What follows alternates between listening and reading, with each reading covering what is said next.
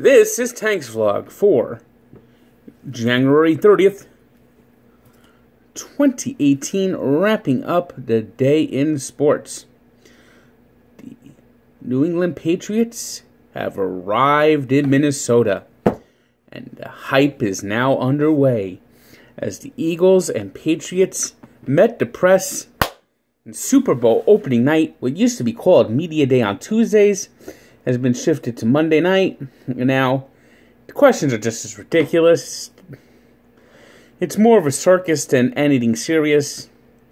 Nothing's really ever come out of it, especially in recent years of Media Day. It's just players asking ridiculous questions, answering ridiculous questions, and everyone gets involved. One of these days, I'd love to be a part of Media Day. I'd like to get to ask some of these players some questions. Maybe next year when it's in Atlanta. But it's always more fun and frivolity than it actually is about football. Though earlier in the day, some jerk named Alex Reimer decided to call Tom Brady's 5-year-old girl an annoying pissant. I despise Tom Brady and the New England Patriots. This guy, Reimer, is supposed to be a Patriot fan and for WEEI in Boston, the famed sports radio station up there in the hub. And he calls Tom Brady's daughter an annoying pissant. You, Mr. Reimer, you're the annoying pissant. Now you're suspended. You're gone. You're never going to work in Boston again. The next question you'll be asking is, do you want fries with that? Jackass. What a jackass. How do you call a 5-year-old girl an annoying pissant? Especially when he's supposed to be your town's great idol.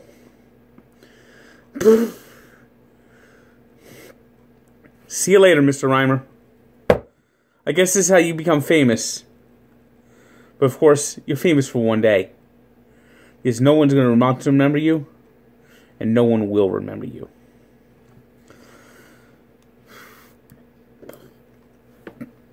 So both teams are in town.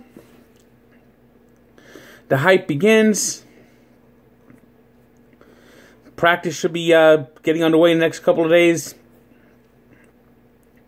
And then Sunday is the game. I'll be making my picks later in the week. And if you want to listen to more Super Bowl insights, Allow Me to Be Frank should be dropping sometime on Tuesday. We had two guests. We had Clem on there. We had Blackjack. Blackjack talking about Super Bowl prop bets. Clem talking about Super Bowl ceremonies, food, everything you can imagine. It's a great show. It's a super-sized show. So be sure to click iTunes or SoundCloud and listen to the latest podcast of Allow Me to Be Frank.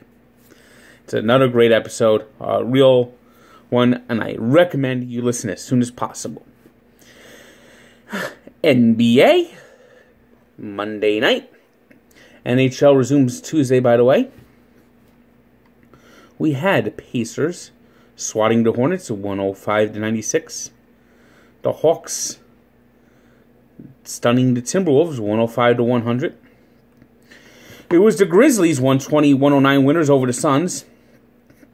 And the Bucks had another big game from Giannis Antetokounmpo. Beat the 76ers 107-95. The Heat beat the Mavericks 95-88. And the Celtics squeaked one past Denver Nuggets 111-110. But the big story in the NBA, not on the court, but a trade. As the Clippers have traded Blake Griffin to the Detroit Pistons for Tobias Harris, Avery Bradley, Boban Marjanovic, and a first-round draft pick and a second-round draft pick. I guess you could say the Clippers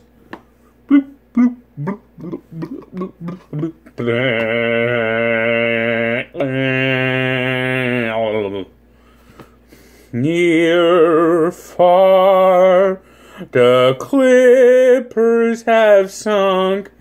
They have gone back to being the Browns of the NBA.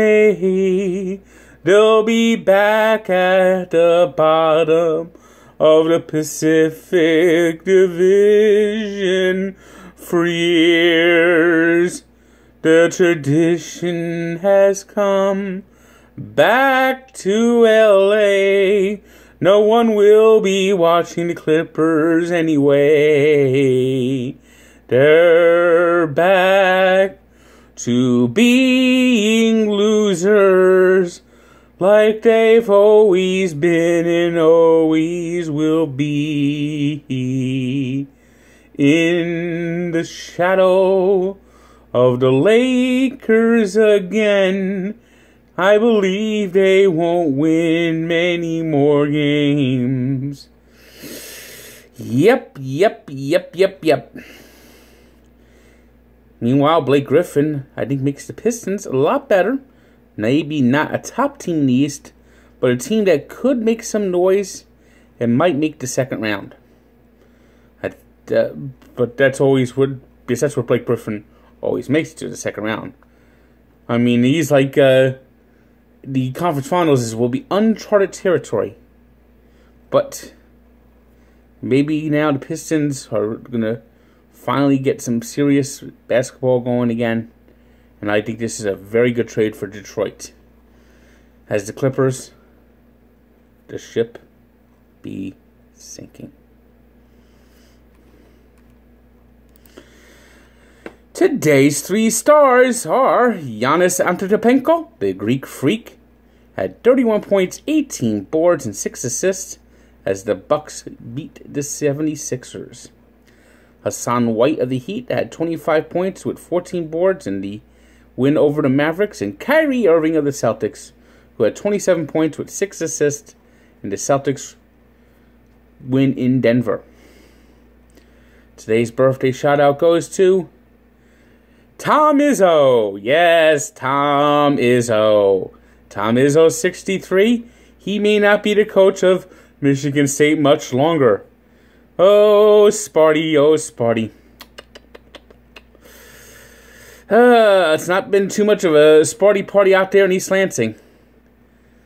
I guess when you cover something up and people find out, you create a bigger mess.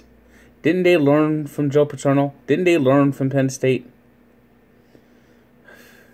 I tell you, the more you hear out of Michigan State's program, the more you wonder if they should have to just shut down their entire sports program for a year or two. I mean, it was shameful, and that even Izzo, the rumor is that he covered up rape allegations against his players. I mean, just ridiculous. Shameful. And we take a look back to 1983. Super Bowl 17. John Riggins. Redskins beat the Dolphins. Check out the story of Barstool Sports and its sports encyclopedia where sports history lives. David Woodley. You know, they had that game in their hand and they let it slip away. I was only 7, but I was pissed. Good day.